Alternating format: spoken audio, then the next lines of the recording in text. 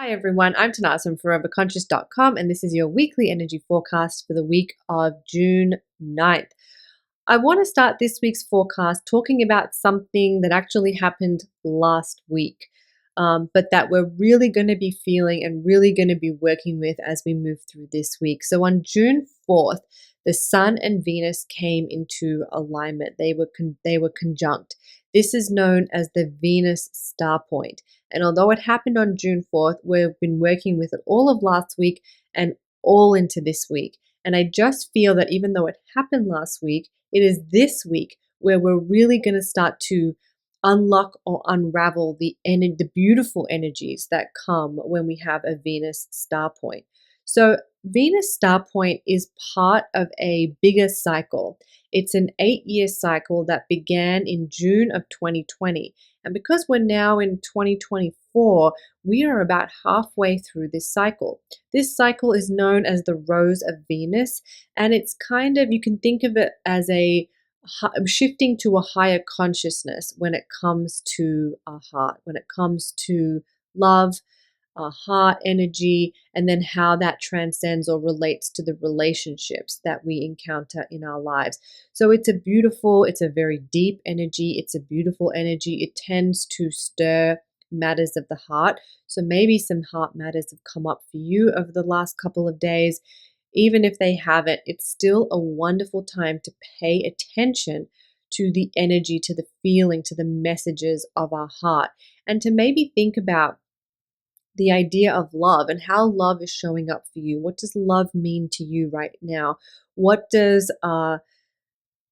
makes you feel loved? What makes you feel safe and comfortable to receive and give love? Exploring all of those parts of yourself can be very, very powerful under this energy, under this cycle, which, as I mentioned, began back in 2020.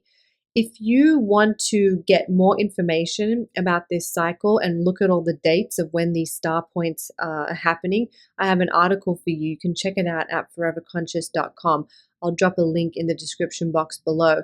But if you start tracking this cycle and writing down what's going on for you at each of the star points, you will probably see a beautiful story of healing unfold. You will probably be able to dive in deeper to what this really means and how it's really helping you to shift in consciousness and elevate your heart energy. So something, if you want to do a little homework, you can go check out that article. I have all of the dates of the star points over the next 8 years, or from 2020 to 2028 when this cycle is completed, and you can have a look and see what's manifesting for you. If you want to start today, say you can't remember what was happening in 2020, that's fine too. You'll still get so much benefit just keeping a record of what's going on for you in your heart space when it comes to love, when it comes to relationships, when it comes to self-love, all of that energy. So this week, as we move through this week, the Sun and Venus are going to be so close. They're dancing so close with each other. And we're really, so ancient astrologers, when these conjunctions would happen, these star points would happen, Venus would disappear from the night sky, right? Or she would disappear from the sky because you couldn't see her, right? She's close to the sun. So she would disappear from actually the sky, and then she would reappear again as an evening star. At this time of year, Venus shifts from a morning to an evening star. So that disappearing, ancient astrologers had that as a symbol of something hidden is then revealed. So last week, Venus was hidden, and it's only now and in the weeks that kind of follow that Venus will start to reappear. We'll start to see her in the night sky slowly, gradually over the coming weeks. And when that happens, it's sort of like information being revealed. So as she disappeared, she's going within. Some deep information is then coming up as she reappears. And she delivers us some awakening, some understanding of our hearts. So that's something to pay attention to as we move through this week, but also in the weeks that follow. And if you want to dive deeper into this cycle, if matters of the heart have been coming up for you, maybe it feels even more relevant, go check out that Venus Star Point article. Also this week, we have the Sun and Mercury coming together. This happens on June 14th, We have a lot of conjunctions with the sun happening in the first couple of weeks of June.